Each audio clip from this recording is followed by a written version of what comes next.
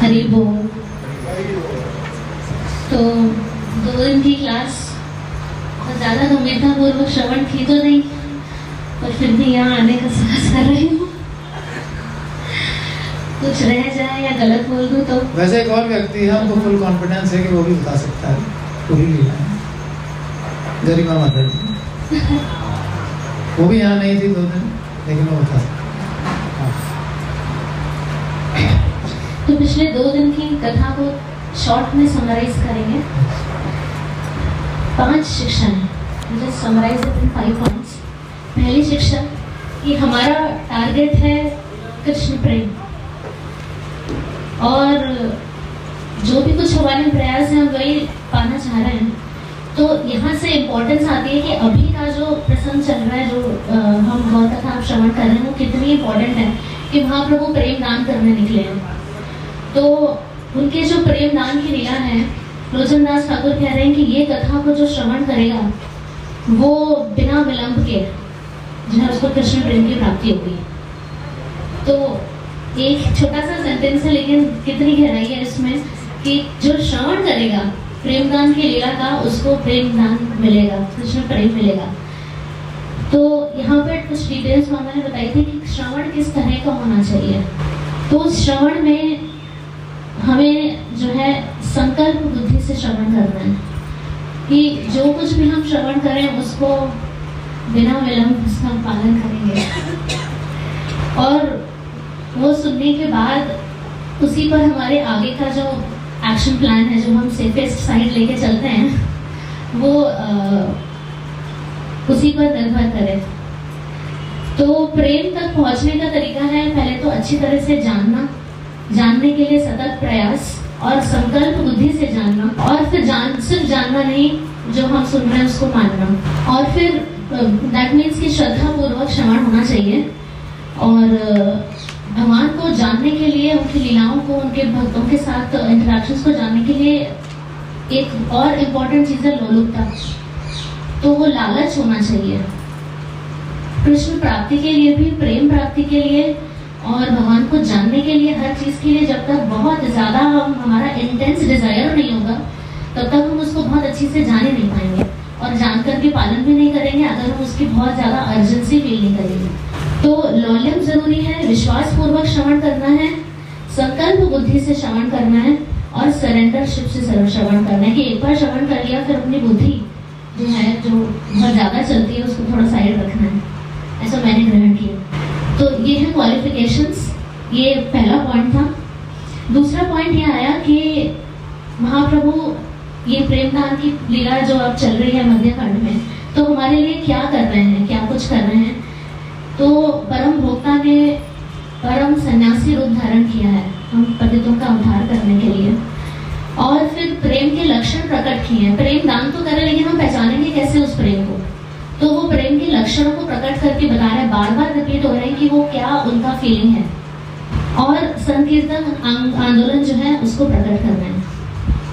तो ये महाप्रभु अभी जो फॉलोइंग लीलाएं आएंगी उनमें हमारे लिए कर रहे हैं।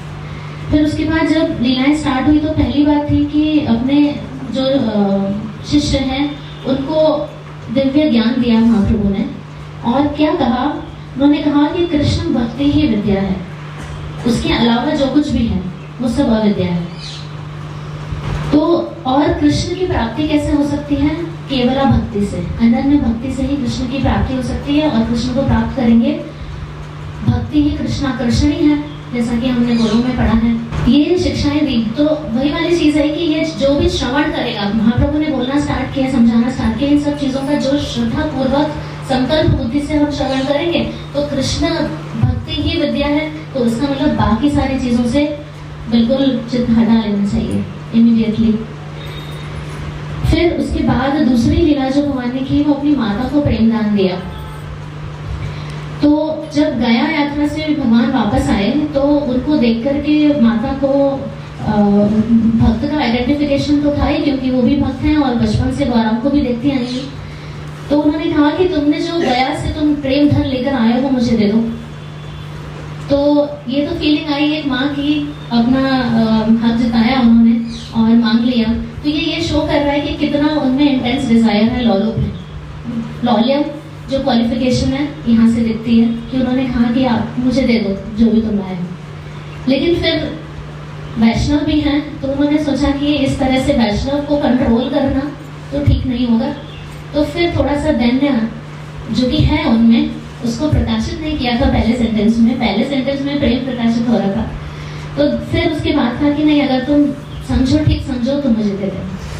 तो ये दूसरा उनमें क्वालिफिकेशन दिखा दैन्य। तो पहला वाली चीज देखकर भगवान प्रसन्न हुए, लेकिन दूसरा है जो दैन्य देखा तो बहुत द्रवित हो गए। पर फिर भगवान ने कहा कि जब वैष्णव कृपा करेंगे तब तुम्हें प्रेम दान हो जाएगा, मिल जाएगा प्रेम। तो मैया ने कहा ठीक है, आई ने कहा ठीक है। इसका मतलब इतना दौलत थी पर फिर भी ये नहीं कहा कि तुम दे सकते हो तो मुझे दे दो अभी, फिर विलंब क्यों। इसका मतलब धैर्य भी है और वैष्णवों का सम्मान भी है। तो ये वैष्णवों का सम्मान जो आई कर रही है तो ये भी भगवान को बहुत अच्छा लगा और इमीडिएटली उनका ऐसा कहते ही उनमें जो प्रेम के विकार हैं वो सब प्रकाशित हो गए। तो यहाँ पर भगवान ने अपना जो है प्रेम दान की लीला शुरू की, प्रेम को के गुण प्रकाशित किए प्रथम बार। तो ये पॉइंट था। और सार शिरोमणि वाली बात आई थी कि सार शिरोमणि भगवान क्यों हैं। बहुत ही यूनिक है उनके अपीयरेंस के रीजंस। जैसा अभी मामा ने बताया कि जो वाक्यों के लिए मुख्य है वो इनके लिए गॉड रीजंस हैं। परित्राणा या साधु नाम तो साइड बाय साइड हो जाता है बिना कोई अस्त्र शस्त्र उठाए, सिर्फ प्रेम देकर।